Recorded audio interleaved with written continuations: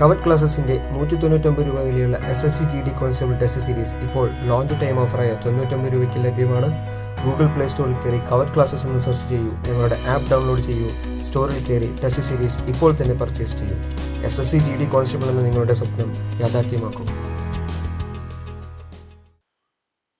കോവറ്റ് online ക്ലാസിന്റെ പുതിയൊരു വീഡിയോയിലേക്ക് എല്ലാവർക്കും സ്വാഗതം. ഇന്ന് നമ്മൾ ഡിസ്കസ് ചെയ്യാൻ പോകുന്ന topic constitution and polity part 2 SSC GD previous year questions part 2 ആണ്. പാർട്ട് 1 നമ്മൾ ഓൾറെഡി ഡിസ്കസ് ചെയ്ത് കഴിഞ്ഞതാണ്. ഇപ്പോൾ പാർട്ട് 2 കോൺസ്റ്റിറ്റ്യൂഷൻ ആൻഡ് പൊളിറ്റി. നമുക്ക് ക്വസ്റ്റ്യൻസിലേക്ക് പോവാം. First question, which of the following high courts has the highest number of seats? താഴെ പറയുന്നവയിൽ ഏറ്റവും കൂടുതൽ സീറ്റുകളുള്ള ഹൈക്കോർട്ട് ഏതാണെന്നാണ് ക്വസ്റ്റ്യൻ. Options are Mumbai high court, Kolkata high court, Allahabad high court, Guwahati high court. ഏതാണ്? ഓപ്ഷൻ ഡി, ഗുവാഹട്ടി ഹൈക്കോർട്ടാണ് ഏറ്റവും കൂടുതൽ സീറ്റുള്ള ഹൈക്കോർട്ട്. ഇത് ഗുവാഹട്ടി, ആസാമിലാണ് ഗുവാഹട്ടി ഹൈക്കോർട്ട് ഉള്ളത്. നോർത്ത് ഈസ്റ്റ് സ്റ്റേറ്റുകളായ 4 സ്റ്റേറ്റുകളുടെ ജുറിഡിക്ഷൻ ഉള്ള ഹൈക്കോർട്ടാണ് ഗുവാഹട്ടി ഹൈക്കോർട്ട്. ആ സ്റ്റേറ്റുകൾ ഏതൊക്കെയാണെന്ന് നമുക്ക് നോക്കാം. Jurisdiction of Assam, Arunachal Pradesh, Nagaland and Meghalaya. ഈ 4 സ്റ്റേറ്റുകൾക്കാണ് ഗുവാഹട്ടി ഹൈക്കോർട്ട് ജുറിഡിക്ഷനിലായിട്ടുള്ളത്. നോർത്ത് ഈസ്റ്റ് സ്റ്റേറ്റുകളായ 7 സ്റ്റേറ്റുകളിൽ 3 സ്റ്റേറ്റുകൾക്ക് സ്വന്തമായ ഹൈക്കോർട്ടുണ്ട്. അതായത് മണിപ്പൂർ, ത്രിപുര, മിസോറാം. ഈ സ്റ്റേറ്റുകൾക്കെല്ലാം സ്വന്തമായ ഹൈക്കോർട്ടുണ്ട്. 2013 ഈ സ്റ്റേറ്റുകൾക്ക് ഹൈക്കോർട്ട് നിലവിൽ വന്നത്. പിന്നെ ലേറ്റസ്റ്റ് ആയിട്ട് വന്ന ഹൈക്കോർട്ട് അമരാവതി ഹൈക്കോർട്ടാണ്. അത് ആന്ധ്രാപ്രദേശിലെ.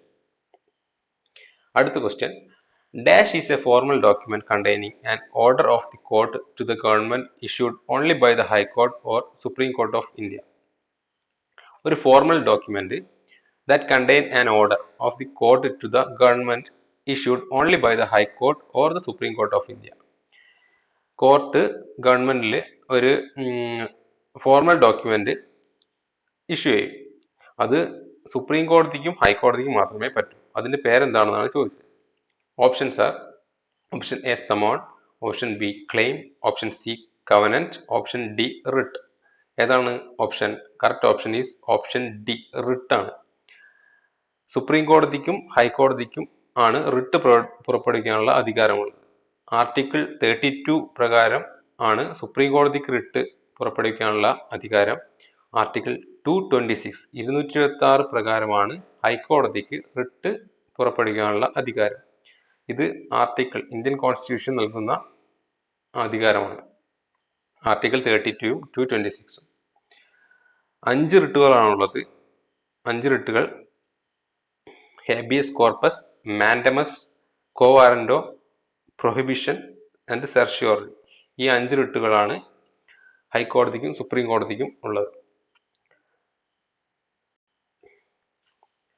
നമുക്ക് അടുത്ത ക്വസ്റ്റ്യനിലേക്ക് പോവാം. Question number 3, which award is given for contribution towards national integration? National integration ഏരിയയിലേക്ക് നൽകുന്ന അവാർഡ് ഏതാണെന്നാണ് ചോദ്യം. നാഷണൽ ഇന്റഗ്രേഷൻ എന്ന് പറയുമ്പോൾ തന്നെ നമുക്കറിയാം, നമുക്ക് മനസ്സിൽ ഓർമ്മ വരുന്ന ഒരു പേരാണ് സർദാർ വല്ലഭായ് പട്ടേൽ. അപ്പോൾ ഏത് അവാർഡാണ്? സർദാർ പട്ടേൽ അവാർഡാണ് കോൺട്രിബ്യൂഷൻ ടുവേർഡ്സ് നാഷണൽ ഇന്റഗ്രേഷന് നൽകുന്ന award. Option B. Question number 4, in which amendment to the constitution were Bodo, Dongri, Santali and Maithili added to the list of reorganized languages? നമ്മുടെ കോൺസ്റ്റിറ്റ്യൂഷനിൽ ഇപ്പോൾ പ്രകാരം 22 ലാംഗ്വേജുകളാണ് ഇന്ത്യയിലുള്ളത്. 22 നോട്ടബിൾ ലാംഗ്വേജുകളാണ് ഇന്ത്യയിലുള്ളത്. ആ 22 ലാംഗ്വേജുകൾ 14 എണ്ണം മാത്രമേ ആദ്യം കോൺസ്റ്റിറ്റ്യൂഷൻ ഉണ്ടാക്കിയ സമയത്ത് ഉണ്ടായിരുന്നുള്ളൂ. പിന്നെ 8 ലാംഗ്വേജുകൾ അമെൻമെന്റ് മുഖേന ആഡ് ചെയ്തതാണ്. ഈ അമെൻഡ്മെന്റുകൾ ഏതൊക്കെയാണെന്ന് പഠിച്ചു വെക്കണം. ഏതൊക്കെ ലാംഗ്വേജുകളാണ് വന്നത് എന്ന് നോക്കണം. അതിലുള്ളതാണ് ബോഡോ, ഡോങ്രി, സന്താളി ആൻഡ് മൈഥിലി. അത് ഒരു അമെൻമെന്റിൽ വന്നതാണ്. ഏതാണ് ആ അമെൻമെന്റ് എന്നാണ് ക്വസ്റ്റ്യൻ. അത് 92nd അമെൻമെന്റിലാണ് ഈ 4 ലാംഗ്വേജുകളും ഇന്ത്യൻ കോൺസ്റ്റിറ്റ്യൂഷനിൽ ഭാഗമായത്. ഓപ്ഷൻ ബി, 92nd അമെൻമെന്റ്. മറ്റ് ലാംഗ്വേജുകൾ വന്നത് ഏത് അമെൻമെന്റ് വഴിയാണെന്ന് നമുക്ക് നോക്കാം. സിന്ധി അത് വന്നത് 1967 21st അമെൻമെന്റിലാണ് ഹിന്ദി അല്ല സിന്ധി. അതാണ് 15ാമത് വന്ന ലാംഗ്വേജ്. അതായത് കോൺസ്റ്റിറ്റ്യൂഷൻ വന്നതിന് ശേഷം അമെൻഡ് ചെയ്ത് ആഡ് ചെയ്ത ആദ്യത്തെ ലാംഗ്വേജ് ആണ് സിന്ധി. 21st അമെൻമെന്റ് 1967. പിന്നെ വന്നത് കൊങ്കണി, മണിപ്പൂരി ആൻഡ് നേപ്പാളി 3 ലാംഗ്വേജുകളാണ്. അത് 71st അമെൻമെന്റ് 1992 ആണ് കോൺസ്റ്റിറ്റ്യൂഷൻ മുഖേന ആഡ് ചെയ്യപ്പെട്ടത്. പിന്നെ 2003 92nd അമെൻമെന്റിലൂടെ ബോഡോ, ഡോങ്ക്രി, മൈഥിലി, സന്താളി വന്നു. അപ്പം ഈ ഏതൊക്കെ അമെൻമെന്റിൽ കൂടെയാണ് വന്നത്, ഏതൊക്കെ വർഷമാണ്, ഏതൊക്കെ ലാംഗ്വേജുകളാണ് എന്ന് കൂടി നോക്കി വെക്കണം. 21, 71, 92. 21, 71 കൂട്ടുമ്പോൾ 92 കിട്ടും. അങ്ങനെയും വേണമെങ്കിൽ ഓർത്ത് വെക്കാം. Question number 5. The concept of freedom of trade in Indian Constitution is adopted from the Constitution of which country? Freedom of trade എവിടുന്നാണ് freedom of trade? നമ്മൾ ഓൾറെഡി ഡിസ്കസ് ചെയ്തതാണ്. Borrowed features of Indian Constitution. അത് എവിടുന്നാണ്? Option ഞാൻ വായിക്കാം. United kingdom, United States, Australia and Ireland. Freedom of trade and commerce എവിടുന്നാണ്? അത് ഓസ്ട്രേലിയയിൽ നിന്നാണ്.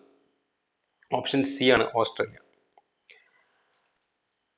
Question number 6. The Chartered Act of 1833 made the Governor General of Dash as the Governor General of India and vested him all civil and military power. Charter act 1833 1833 chartered act പ്രകാരം governor general of dash, ഒരു സ്ഥലത്ത് governor general of India എന്ന പേരിലാണ് പിന്നീട് അറിയപ്പെട്ടത്. എന്നിട്ട് civil and military power vested from that governor general of India. അത് എവിടുത്തെ ഗവർണർ ജനറൽ ആയിരുന്നു ഗവർണർ ജനറൽ ഓഫ് ഇന്ത്യ എന്ന പേരിൽ പിന്നീട് അറിയപ്പെട്ടത് എന്നാണ് ചോദ്യം. 1833 ചാർട്ടർ ആക്ട് പ്രകാരം.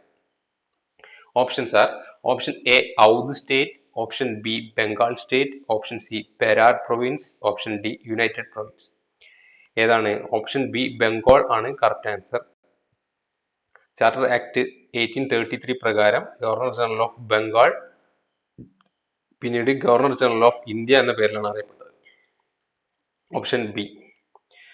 First governor general of India ആരായിരുന്നു? ഗവർണർ ജനറൽ ഓഫ് ഇന്ത്യ ഫസ്റ്റത്തെ governor general of India William Benedict ആയിരുന്നു. 1833 ചാർട്ടർ ആക്ട് പ്രകാരം ഗവർണർ ജനറൽ ഓഫ് ബംഗാൾ മാറിയപ്പോൾ, അതായത് ലാസ്റ്റത്തെ ഗവർണർ ജനറൽ ഓഫ് ബംഗാളും ഫസ്റ്റത്തെ ഗവർണർ ജനറൽ ഓഫ് ഇന്ത്യയും സെയിം ഒരാളായിരിക്കും. അയാളായിരുന്നു വില്യം ബെനഡിക്റ്റ്. പിന്നെ ഗവർണർ ജനറൽ ഓഫ് ബംഗാൾ, ഫസ്റ്റത്തെ ഗവർണർ ജനറൽ ഓഫ് ബംഗാൾ ആരായിരുന്നു? Warren Hastings. വാരൻ ഹേസ്റ്റിംഗ് ആയിരുന്നു first governor general of Bengal. പിന്നീട് 1833 ഗവർണർ ജനറൽ ഓഫ് ബംഗാൾ ആയിരുന്ന William Benedict governor general of India ആയപ്പോൾ first governor general of India ആയി വില്യം ബെനഡിക്റ്റ്. പിന്നീട് 1858 അതായത് ഫസ്റ്റ് ഇൻഡിപെൻഡൻസ് ഫ്രീഡം ഫൈറ്റിംഗ് ഒക്കെ കഴിഞ്ഞതിന് ശേഷം 1858 ക്യൂൻസ് പ്രൊക്ലമേഷൻ ഒക്കെ കഴിഞ്ഞതിന് ശേഷം ഈ ഗവർണർ ജനറൽ എന്ന പേര് ഓഫ് ഇന്ത്യ എന്ന പേര് മാറ്റിയിട്ട് വൈസ്രോയ് എന്ന പേരാക്കി. അപ്പോൾ ആരായിരുന്നു അപ്പോഴത്തെ വൈസ്രോയ്? അതായത് ഗവർണർ ജനറൽ ഓഫ് ഇന്ത്യ ആയിരുന്നു, അവസാനത്തെ ഗവർണർ ജനറൽ ഓഫ് ഇന്ത്യ ആയിരുന്നു ലോർഡ് കാനിങ്. ലോർഡ് കാനിങ് ആണ് ഫസ്റ്റ് വൈസ്രോയ് ഓഫ് ഇന്ത്യ. പിന്നീട് വൈസ്രോയ് എന്ന പേരിലാണ് അറിയപ്പെട്ടിരുന്നത് മൗണ്ട് ബാറ്റൻ വരെ. Question number 7. Which amendment of constitution introduced the goods and service tax? Goods and service tax നമുക്ക് എല്ലാവർക്കും അറിയാം GST. അത് ഏത് അമെൻമെന്റ് വഴിയാണ് കോൺസ്റ്റിറ്റ്യൂഷനിൽ ഇൻട്രൊഡ്യൂസ്ഡ് ആയത് എന്നാണ് question. Goods and service tax നമുക്കറിയാം 2016 101ാമത്തെ അമെൻമെന്റ് പ്രകാരമാണ് GST നിലവിൽ വന്നത്.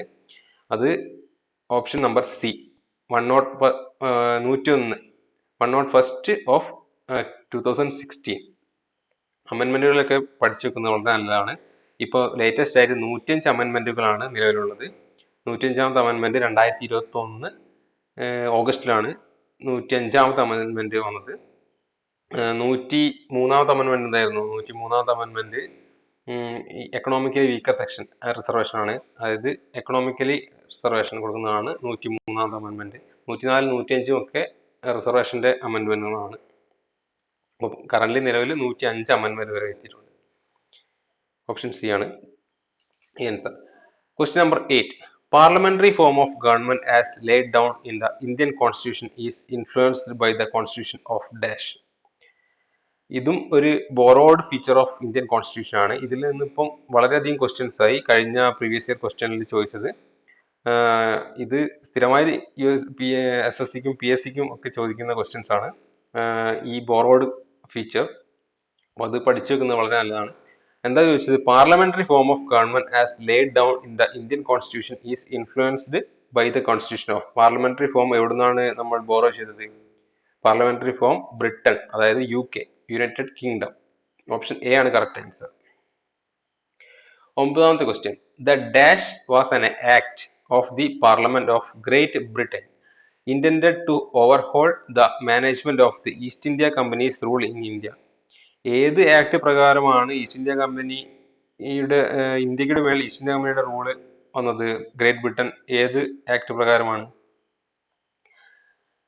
അതിന്റെ ആൻസർ റെഗുലേറ്റിംഗ് ആക്ട് ഓഫ് 1773 ആണ്. Option C, regulating act of 1773. Regulating act ആണ് ബ്രിട്ടീഷ് പാർലമെന്റ് ഇന്ത്യയിൽ നടപ്പാക്കിയ ആദ്യത്തെ നിയമം. ബ്രിട്ടീഷ് പാർലമെന്റ് നടപ്പാക്കിയ ആദ്യത്തെ നിയമമാണ് റെഗുലേറ്റിംഗ് ആക്ട് ഓഫ് 1773. അവസാനം പാസാക്കിയ ഏത് നിയമമാണ്? 1947 പാസാക്കിയ ഇന്ത്യൻ ഇൻഡിപെൻഡൻസ് ആക്ട് ആണ് അവസാനം പാസാക്കിയ നിയമം. ആദ്യത്തെ റെഗുലേറ്റിംഗ് ആക്ടും അവസാനത്തത് ഇന്ത്യൻ ഇൻഡിപെൻഡൻസ് ആക്ടും. അപ്പോൾ ഈസ്റ്റ് ഇന്ത്യ കമ്പനിയുടെ മാനേജ്മെന്റ് ഈസ്റ്റ് ഇന്ത്യ കമ്പനിയുടെ മാനേജ്മെന്റ് ബ്രിട്ടൻ നടപ്പിലാക്കിയത് റെഗുലേറ്റിംഗ് ആക്ട് ഓഫ് 1773 പ്രകാരമാണ്. ഓക്കെ, അടുത്ത ക്വസ്റ്റ്യൻ നോക്കാം. Question number 10. Fundamental duties of Indian constitution are borrowed from the constitution of. അടുത്ത ഒരു ക്വസ്റ്റ്യനും ഇതേപോലെ വന്നു, ബോറോഡ് ഫീച്ചർ. ഫണ്ടമെന്റൽ ഡ്യൂട്ടീസ് ആണ് ഈ പ്രശ്നം ചോദിച്ചത്. ഫണ്ടമെന്റൽ ഡ്യൂട്ടീസ് എവിടുന്നാണ്? ഓപ്ഷൻസ് തരാം.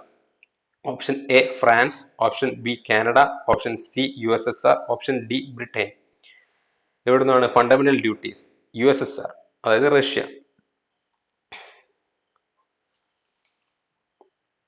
ഫണ്ടമെന്റൽ ഡ്യൂട്ടീസ് ആഡ് ചെയ്തത് റഷ്യ. ഫണ്ടമെന്റൽ ഡ്യൂട്ടീസ് വന്നത് സ്വരൺ സിംഗ് കമ്മിറ്റി മുഖേനയാണ് ഫണ്ടമെന്റൽ ഡ്യൂട്ടീസ് വന്നത്. അതും കൂടെ ഓർത്ത് വെക്കുന്നത് നല്ലതാണ്.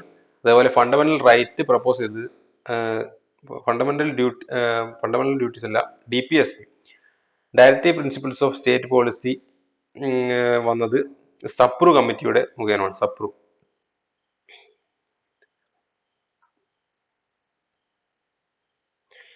അടുത്ത question, 11th question. The supreme court was established at Fort William in dash as the apex court in 1774. ഒരു അപ്പെക്സ് കോർട്ട് 1774 രൂപീകൃതമായി. Supreme court at Fort William എന്ന സ്ഥലത്ത് ഒരു അപ്പെക്സ് കോർട്ട്. അത് എവിടെയാണ്? ഫോർട്ട് വില്യം എവിടെയാണ്? അതാണ് question. Option A Delhi, option B Mumbai, option C Shimla, option D Kolkata. Correct answer option D കൊൽക്കത്തയാണ്. ഒരു apex court. Supreme court of India അല്ല. Supreme court was established at Fort William in dash as the apex court in 1774. പിന്നെ supreme court of India establish ആയത് വേറൊരു വർഷമാണ്. 1950 ജനുവരി 26 supreme court of India established ആയത്. അതും പല എക്സാമുകൾക്കും ചോദിച്ച കണ്ടിട്ടുണ്ട് ആ ക്വസ്റ്റ്യൻ. ഇത് ഓപ്ഷൻ ഡി കൊൽക്കത്ത ആണ്. Question number 12. Name the first Indian to become a member of British parliament. British പാർലമെന്റിലെ മെമ്പറായ ഫസ്റ്റ് ഇന്ത്യൻ ആരാണെന്നാണ് ക്വസ്റ്റ്യൻ.